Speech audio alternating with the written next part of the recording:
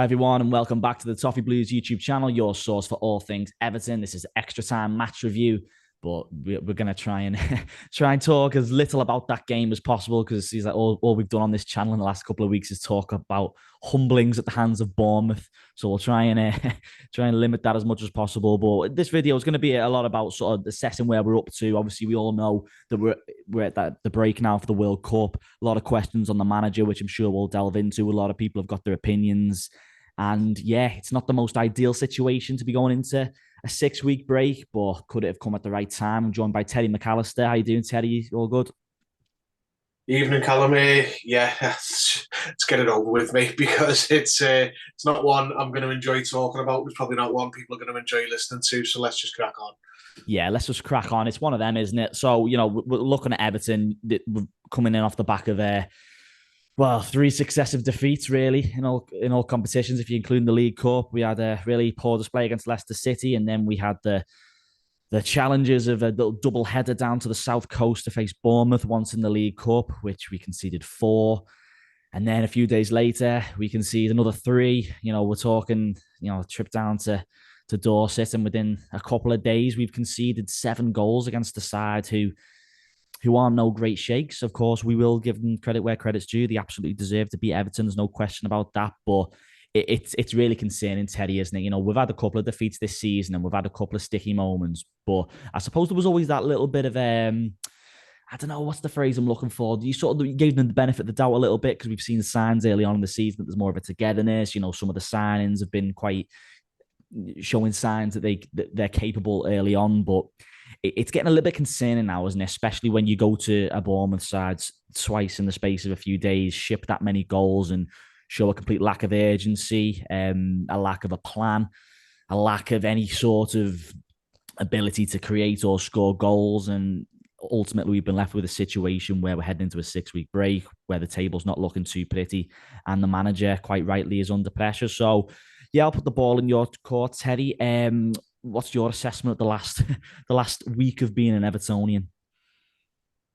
It's just atrocious, isn't it? Like I didn't react the same way to the cup game as everyone else did. I didn't mind them resting some players and rotating some players because it's in our situation, it's not a cup where they were likely to win. He said some players had knocks, but what I couldn't understand was why he didn't do a sort of mix where he'd keep you know 4, maybe 5 of the main players, especially with a big break coming up, and then just bring in someone like Stanley Mills, Tom Cannon, players like that. Maybe obviously James Garner, maybe 1 or 2 others. Like if you need to rest one of the centre backs, you can bring Yerry Bean in. But to change the formation completely and just play all the fringe players who were atrocious, put massive pressure on ourselves to win the league game. And I thought we would win the league game because I thought we'll get a big reaction now because of that, poor defeat in the cup. And we were just as bad, if not worse, going down. And like some of the things on display in that match. I mean, it was testimonial pace from our midfield. Like the press is non-existent. So this is a lot of like the data people on Twitter have gone over this already, but the press was non-existent. Um, the defending's awful, the striking's awful. There's no aspect of the team you can point to, or even members of the squad, and say they had a good game. Just atrocious. And Bournemouth were deserved winners. This is a team who Liverpool put 9 goals past earlier in the season, so these aren't like a really good team. They're just Everton were just not there for either of the games, and it's not good enough. Like we'll come on to the manager separately, and it's not all down to him, obviously, but very worrying. I do wonder, was this our this season's Watford game? Like the Benitez one where we lost 5-2. Is that is this week the new version of that for this season where the sort of the writing's now on the wall? So I don't know, but we've gone into this break now on a real negative down point. So we could if we'd have won, we could have given ourselves a 6-week break with no drama, no stories about Everton. Now we're going to be one of the Premier League stories all the way through this break. Now it's just what we didn't need. Yeah, absolutely. I completely agree with you. I just want to go back to that point you made about the League Cup game, which I think is something that a lot of fans have been in agreement with and echoed. It's not a competition that Everton ever expect to go and win. And the manager's gone and fielded a load of players who, it's quite obvious that they have no future at the club. So the argument there is, where are the kids? Where are the likes of your Mills, your Cannons, players like that? So you take that in isolation, the cup game, a little bit. But I agree with you, especially on the back of the Leicester game in itself in the league. You expected a reaction from that, and even more so with conceding 4 against Bournemouth's reserves on the Tuesday night. And you mentioned character there, Terry, as well, going into that game on Saturday. With it being the last game before the World Cup, you're looking at a set of fans who've gone down and been disappointed already once that week, and to go down again. And I completely agree with what you said. I thought it was worse than the League Cup game as well. There was no character, and it was arguably worse with players who you'd normally on a normal day associate to be better and put in a better shift than the 11 that we saw on the Tuesday. So where does that come from? Is it a lack of confidence? Do you think the dressing room are losing faith with the manager? Do you think the players have been found out? Are they not good enough? Are they too slow? We know that there's a lot of gaps in the team. We know that there's the link up play between the midfield and the attack is all but non-existent. The attack do nothing. It's championship at best, which is a shout that's been thrown about this week a lot. What's your assessment of how this team failed to even show anything, any kind of response, reaction? What was that down to, in your opinion? It's probably a combination of things, but I don't think it's a new thing. I think even earlier in the season when the results were better, I think the underlying trends were the same. We weren't, we seemed like we were really strong defensively. I felt we were strong defensively, but all the stats people, again, they were saying the underlying numbers are not good. Like we're surrendering the most amount, or third or fourth most amount of shots in the league, but we've got the most amount of blocks from centre backs and the most amount. Like Pickford's overperforming his XG of saves, and I'm not an expert on all that, but it doesn't take a rocket scientist to understand that if your keeper's making an above average amount of saves and your defenders are making an above average amount of shot blocks, and you're surrendering a large amount of shots, when that stops happening, the results are going to turn. And I think that's what's happened. I think the midfield's got gaping holes in it. Like, you can just walk through it. That's a coaching thing. Whether, we'll come on to Lampard later, but that is a coaching thing. The organisation and the setup of the midfield is wrong. Obviously, the forward players can't score. It's more of a club thing because, I don't think Pep Guardiola could get our front players to be, regular goal scorers. But, the ones who were bailing us out, the back four and the goalkeeper, didn't bail us out on Saturday against Bournemouth, and it showed in the scoreline. Pickford's been great this season, but he had an absolute howler on the first goal. The centre backs can't just throw themselves in front of every single shot. So I think it's poor coaching. I think it's poor structure in the team, and obviously lack of goal threat. But we've always had a poor goal threat throughout the season, but now the other saving graces of the defence are not bailing us out in these last 3 games in a row.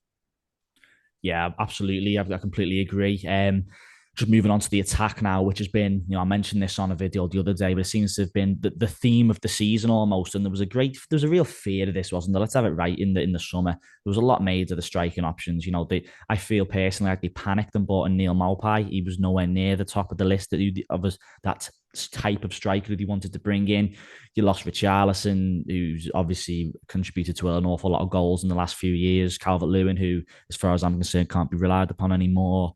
The fans all knew that this was a massive issue going forward, but I suppose that maybe there was a little bit, you try to remain optimistic. You do, you're looking at Anthony Gordon, a lot of hype around him. A lot of people hope that he could maybe step up and take his game to the next level. We haven't really seen that this year.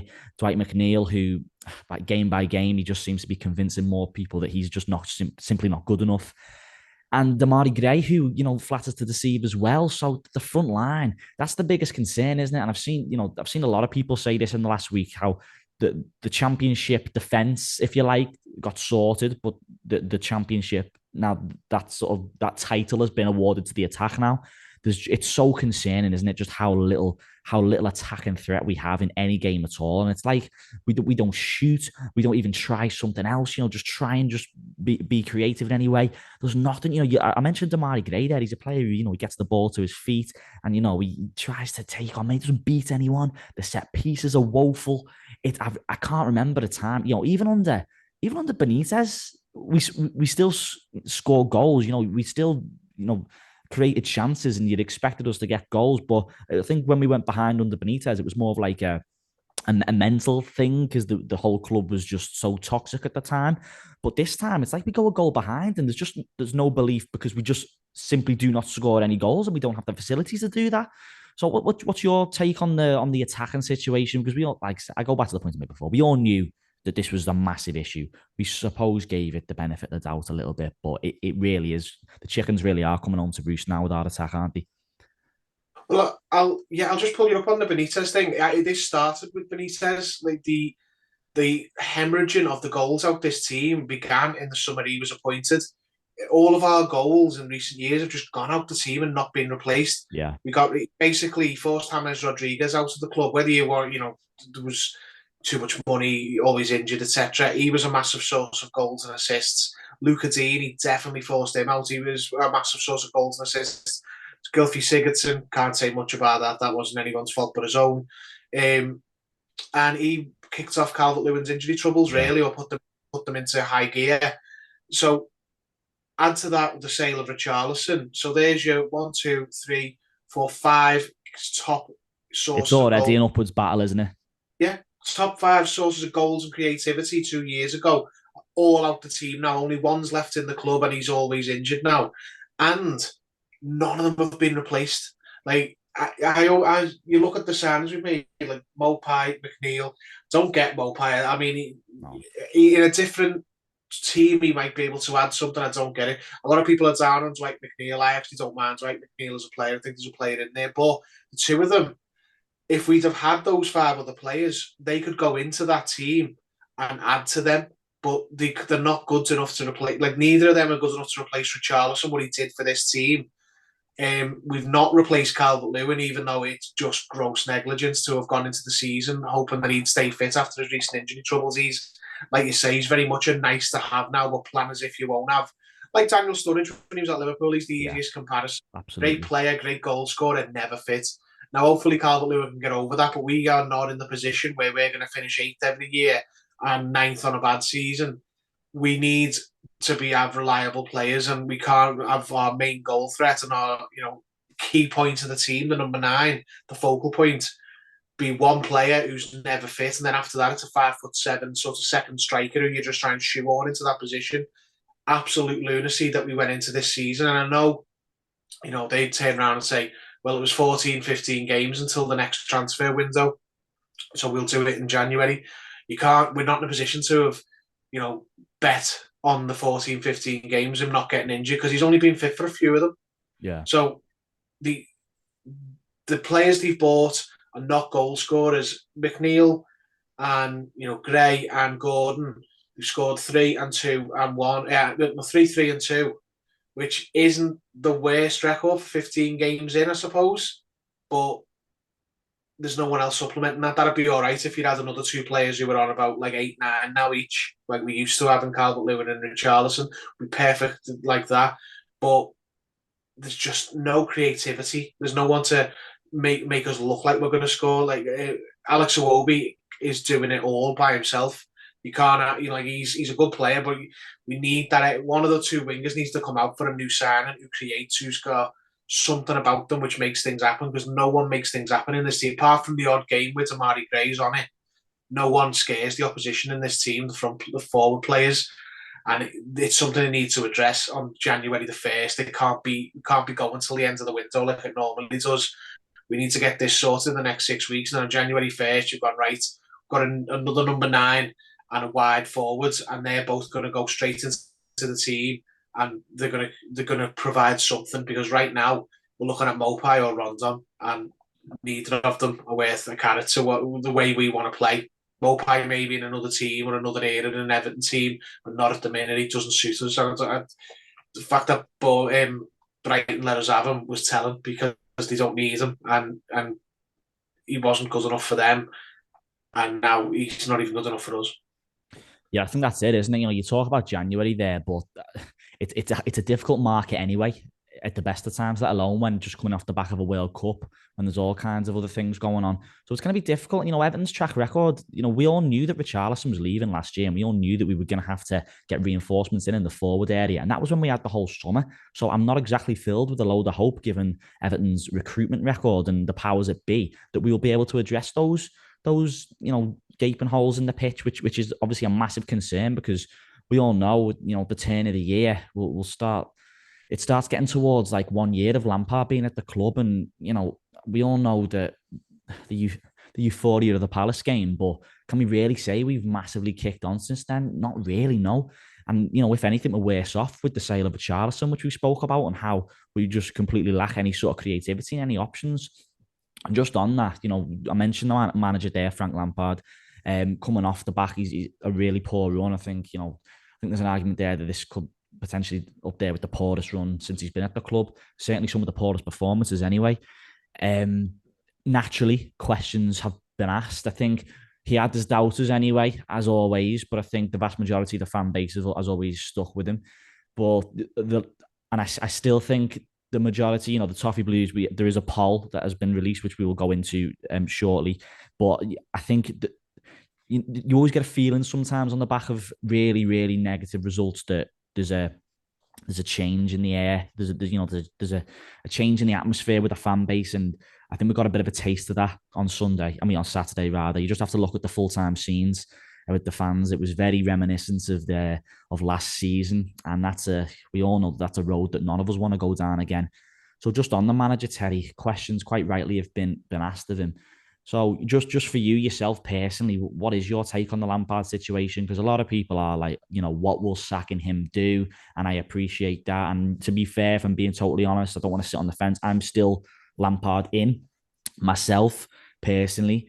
However, when you're looking at it from a non-subjective viewpoint, this is not a very good run of results, and it is a results business. And if Everton didn't have the record they've had with sacking managers, if it was any other team, he'd certainly be in danger of losing his job. There's no doubt about that. But of course, Everton, there comes an awful lot of baggage when it comes to sacking managers. So for you, Terry, what's your take on the Lampard situation at this moment in time? Well, I'll just start by saying I don't think he's going anywhere. I think as much as the club gets criticised for chopping and changing managers, I actually think we wait too long to change the manager sometimes. Yeah. So, it seems that Farhad Moshiri's took a bit of a step back from the club at the minute, or at least the football operations side of things, and Bill Kenwright was probably running things, which is fantastic, obviously, but he's not as trigger happy historically as Farhad Moshiri. So I don't think Lampard's going anywhere until after this January transfer window. But my take on Lampard is, my long-term position is, I think we should have been talking to Dyche the week after he left Burnley. I think Lampard has come in, and we've scraped out of the relegation trouble of last season. Thanks for that, Frank. But he's been here, 9 months now? Maybe came in on the last day. Yeah, 10 months. Last day of January last year, and the form over that time has been relegation form. We have one home win a month. That's all right. And then the rest of it's terrible. So I think the larger sample size we've got now is enough for me to say, you know what, Lampard talks a good game.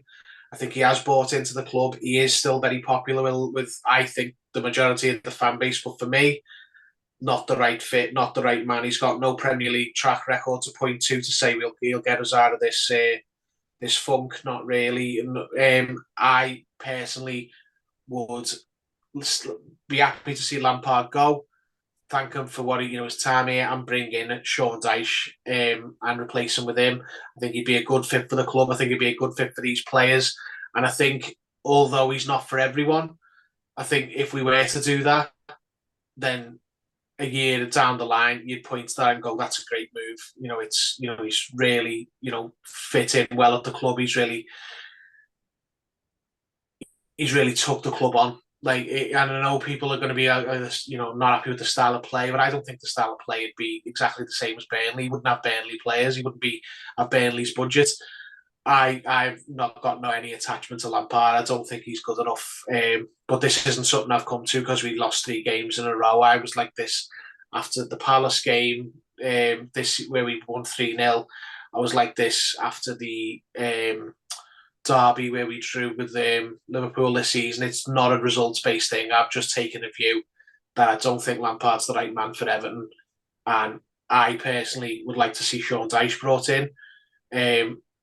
But if the option is Lampard or Roberto Martinez, then I'm sticking with Lampard because that's the other name that gets floated, doesn't it? Because that's a Bill Kenwright passion project. So I don't think he's going anywhere. I still think he's got popular support at the club, but my opinion is my opinion, and it's not what I've come to recently. It's what I've come to for the longest time since the back end of last season, since the summer.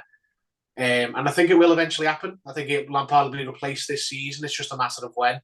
And I think, although it might seem harsh, I think now probably be a better time than any to give another manager a chance to really get settled in and get the transfer window to themselves rather than let Lampard do it and then get rid of him in a couple of months after that anyway. Yeah, I think you're spot on there as well. You mentioned there about how the club have maybe waited a bit too long in the past to sack managers, and then we're sort of like in a race against time then to stay up as it was last season. So if they were going to sack Lampard, then you've got to hope that they're not leaving it too late, because the last thing we want to be doing is just getting into that position we were in last year when we were just constantly like following other results, and every match day was like Groundhog Day. And, if it does get to that position, I've seen other channels say, it's doubtful that the fan base would be able to get themselves up to be able to pull them through that again as they did last year. Because, that a lot of people were probably under the assumption at the time that we wouldn't be in that position again. Was that a bit naive? Maybe yes, given what we're facing. But yeah, it's we shouldn't be. That should have been the end of it. We should have addressed that and accepted our mistakes. But we had a club-led review and another one. One of the many we do, and no one got replaced other than the manager. And they brought in the new director of football, but all the top brass, all the people who set the culture at the club are all still there. They waited for the noise to die down, and Bill Kenwright's still in place. Denise Barrett-Baxterdale's still in place, and so how much can really change if you're not really making change? So, yeah, I believe that replacing Lampard with my choice being Sean Dyche, as I've said, I think that will improve things immensely on the pitch because I think he's a better manager. But it won't solve the core problem at the club. The core problems are much, much higher than the manager. So you'll get a short-term boost and possibly act as a stabilising agent, a better manager. But you'll still get stupid decisions and you'll still get lack of progress as a club, lack of evolution, because the people who run the club are just awful, and they've been awful for the entire time they've been there. Yeah, that's it, isn't it? And I think the other things to bear in mind as well, and just on the topic of managers, you look at these players who are playing for the club at the moment, they should be doing so much better than they are. You look at players like maybe the forward line aside, you look at Idrissa Gana Gueye, had a lot of success at PSG. Amadou Onana, who's regarded as this up-and-coming big talent in Europe. You've got Connor Cody there, who's a fantastic player, leadership. Tarkowski, Jordan Pickford, the England goalkeeper, Nathan Patterson, one of the best young fullbacks in British football at the moment, in my opinion. There's no doubt that these players shouldn't be lingering, teetering on the edge of the relegation zone when you've got teams like Nottingham Forest and that in the division. So I suppose on that argument, then yes, you'd like to think there's coaches out there who can get an awful lot more out of these players, because, as I said, these players, the forward line aside, they should be doing an awful lot better than they are. So for you, Terry, just put you on the spot. So you're Lampard out. You'd like to see him gone then? Yeah, I'm Lampard out, but as I say, with the caveat of it's not an emotional thing. It's not a reaction to recent results. I've been Lampard out for ages, just because I think there's better managers than him. I don't think he's good enough to do the job he's in. But I do like Lampard. Like, I think he talks very well. I think he's very genuine in his affection for the club, and he was the man out of the options we had back in January. He was the man out of those, and it proved to be the case. But I think now it's time to be a grown up club and say and move on. So yeah, I am Lampard out.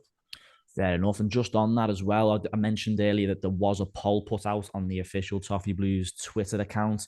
There was a fair sample size, nearly 6,000 votes. And there's still 2 days left to take part in this poll as well. I know the question simply was, what are your current thoughts on Frank Lampard? Back him or change? And 78.1% say back him, he needs time, with just 21.9% saying change manager. And of course, in the grand scheme of things, it is, I suppose, it's a small sample, but for the Twitter poll, 6,000 is not too bad. But how much of that do you reckon's down to people just sick of going through the cycle again?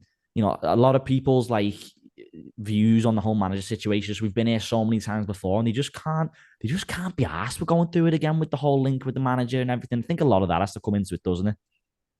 I think that'll play a part, but I don't think that's the only thing. I think Lampard does genuinely have popular support still. I don't think things have got so bad that the fan base has turned on him. They haven't. That's true. I have got my opinion, and obviously I feel like he lost the away fans a bit this week after them going down to Bournemouth twice, and not showing up for both of them. But Lampard is still nowhere near the sort of point in his Everton career where the fans want him gone. I don't think that at all. I think this is the first murmuring of discontent about Lampard, but it's not a groundswell. It's not got momentum behind it. I think he's in no danger. I think my view is it'll come to a head later this season. So I want the club to get ahead of it. But I know I'm in the minority, and I'm certainly in the minority with Sean Dyche. Even if there'll be a lot of people who want him replaced but won't want Sean Dyche, I understand that. But Lampard is still popular with supporters because he has bought into the club, and that goes a long way with Evertonians because we've had managers who haven't, and they've got no connection with them. Benitez being one, Allardyce being another, Ronald Koeman. People still look back fondly at Roberto Martinez because he really did buy into Everton. And I think Lampard's another one of them. I think even if he is, sacked, he'll always be popular at Everton, whereas other managers who failed at the club, that's to say if Lampard does get sacked, he will have failed. Other managers who have failed aren't remembered affectionately, but I think Lampard always will be. So I'm not surprised at all to see that. See those poll numbers. I think he's not in any danger despite some of the noise. I think if there was another game in a few days or this weekend, we'd have nowhere that rumbling to go away. But now it'll just fester over the week because we're coming off the back of that bad week. Yeah, I think that's right. And, I think everything you're saying, I think just comes back to that point if they are going to sack him. We've just got to hope the risk with that is it's not past the point of no return. It's too late. Hopefully it doesn't come to that. Just finally, before we start wrapping things up, obviously we mentioned, everyone knows that it's the break now for the World Cup. Everton currently sitting 17th, just the 1 point above the relegation zone, I believe. We all knew this season was going to be tough. We all knew it was going to be tough. I don't think anyone went into this season expecting any kind of sleeves to be pulled up. I think everyone sort of knew the way they were facing. A lot of people didn't expect to be, fighting off relegation again. I think a lot of people just wanted a season of stability, see some progress, and just a sort of way that we can move forward and over time get better to, a club that we once were, which obviously with the powers that be in charge is always going to be a difficult and a big ask. But we're 14, 15 games in now. We're looking at a break before the World Cup. Everton back in action on Boxing Day. If someone told you, we'd be going into that break, sat in 17th place, just the 1 point above the relegation zone, could have quite easily dropped into that at a couple of stages as well, given some of the performances. Would you have expected that, or where would you have expected it going into the season? Where would you have, obviously we all have liked Everton to be a lot higher, but where would you realistically have expected us to be at this point? I would have expected us, I don't know about position, but I would have expected us to be, 5 or 6 points away from the relegation zone because this league is not one that is, the best league in the world, and it is the most entertaining, it's the best to watch in this league, then you should be nowhere near the bottom of the league. I think with the players we've got, people say we should be doing better with these players. Yes, we should, but not in the terms that they may think.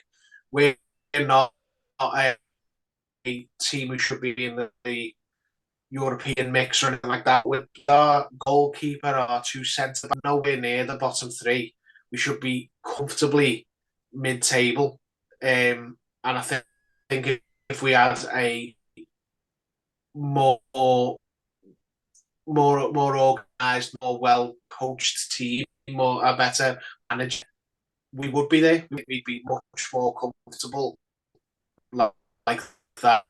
And then if you look through the 20 managers in the Premier League, Lampard ranks very highly amongst that. And then in this break, there'll be other managers who have made changes. Like we started the season, like, there was Scott Parker, there was Steven Gerrard, people like that.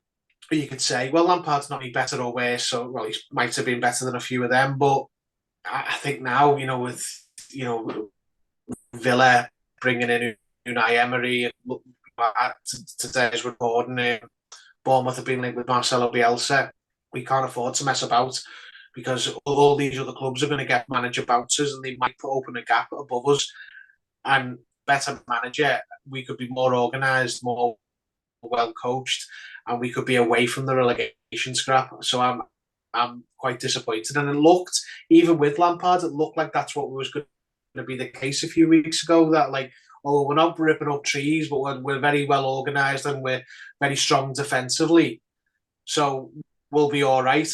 But then everyone was coming out with those underlying numbers, so I am, disappointed, considering the mood a few weeks ago, that we've slipped, back into that sort of fight. The brief this season, it's not looking good.